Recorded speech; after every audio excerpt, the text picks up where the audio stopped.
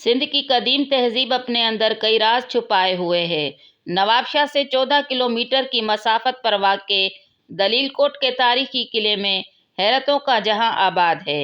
9 एकड़ अराजी पर तामीर किया ये किला सदियों से वक्त के तीर सह रहा है।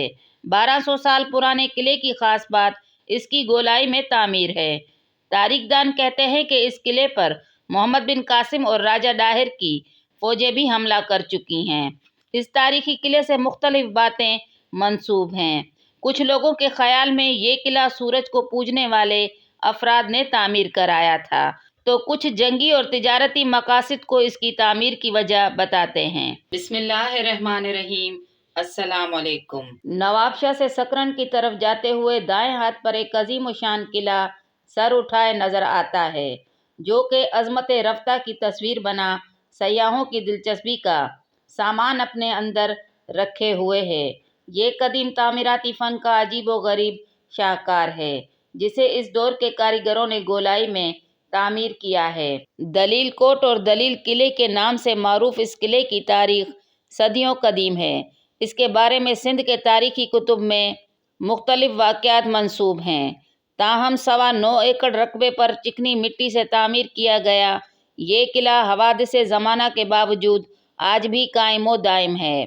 इस किले की सबसे मुनफरिद बात यह है कि इसे गोलाई में इस तरह तामीर किया गया है कि इसका कोई हिस्सा चकोर नहीं नज़र आता, बल्कि इसको बनाने वाले कारीगरों ने इसे एक नई शक्ल में ढाला है। यूं मालूम होता है कि उस ज़माने में साइंसी तरक्की और इस दौर की तरह जदीद तामीरी मशीनरी ना होने के बावजूद जिस तरह प्रकार से गोल दायरा बनाया जाता है, इसी तरह इस किले को गोल गेंद की तरह बनाया गया है। बाज़ मौरखीन के मुताबिक पाकिस्तान ही नहीं बल्कि हिंदुस्तान तक में इस तरह के किसी किले का कोई वजूद नहीं है जो मुकम्मल तौर से गोलाई में बनाया गया हो। अलबत्ता हिंदुस्तान के शहर बेजापुर में एक किला है जिसका सिर्फ शुमाली हिस्सा गोल है। दलील किले की दीवार की लंबाई ज़मीन से 20 फुट बुलंद है, जबकि किले की कच्ची दीवारों को सहारा देने के लिए किले की बुनियाद से 4 फुट ऊपर तक दीवार बनाई गई है, ताकि मौसम की सर्द व गर्म और तेज़ आंधियाँ और तूफ़ान इस किले की दीवारों को मंधम ना कर दे। किले की दीवार को मज़ीद मजबूत बनाने के लिए इसमें लकड़ी के तख्तों की भी चुनाई की गई है। इस किले के चारों अतराफ खूबसूरत अंदाज में बुर्जियाँ तामीर करके इसे मज़ीद दिलकश बनाया गया है।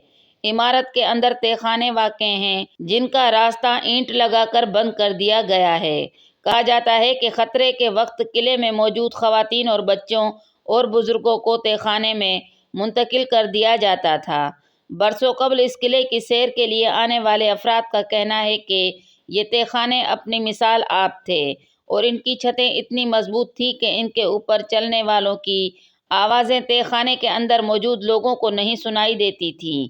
तारीख़ी रिवायात के मुताबिक माजी में दरियाए सिंध किले की फसील के साथ बहता था, लेकिन ज़मीनी तब्दीलियों के बाद ये रुख तब्दील करके सकरन के करीब मिड के मकाम पर बह रहा है। इस बारे में महकमा आपाशी के माहिरीन का ये कहना है कि इस इलाके में पानी का कुदरती बहाव अब भी दलील कोट के साथ मौजूद है और कई मरतबा रोडी कैनाल में शगाफ पड़ने के वक्त सैलाबी पानी दलील किले के साथ शुमाल से जनूब की तरफ जाता है।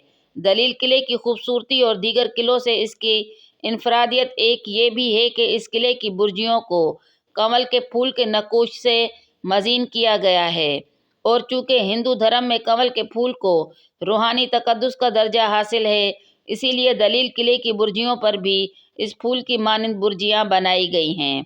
मुख्तलिफ रिवायात में बयान किया गया है कि इस दौर के हुक्मरानों ने अपने अकीदे की बुनियाद पर इसकी तामीर में कमल के फूल की शबियों से मज़ीन बुर्जियाँ बनवाई हैं, क्योंकि उनका अकीदा रहा हो कि इस किले में रहने वाले इसकी बरकतों से महफूज और मामून रहेंगे और कोई इन्हें यहाँ से बेदखल ना कर सकेगा।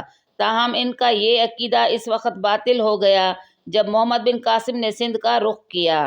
तारीख में रकम है कि दलील किले में इस वक्त तिजारती सरगर्मियों का मरकज़ होने के साथ साथ फ़ौज की छावनी भी थी, जिसमें 1600 सिपाही सकूनत पजीर थे।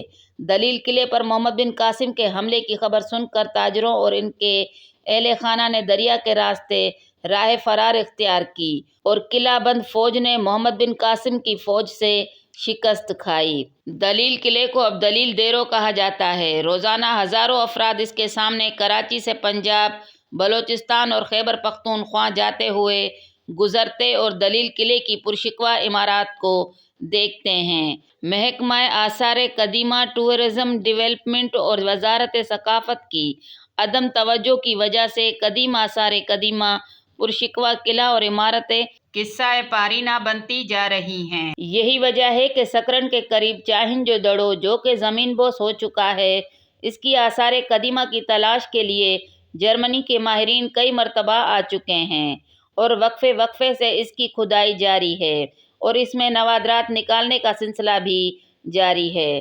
سندھی تہذیب و تمدن کی علامت تاریخی ورثے کو محفوظ بنانے کے لیے صوبائی اور وفاقی حکومتیں بھی توجہ مبذول کریں۔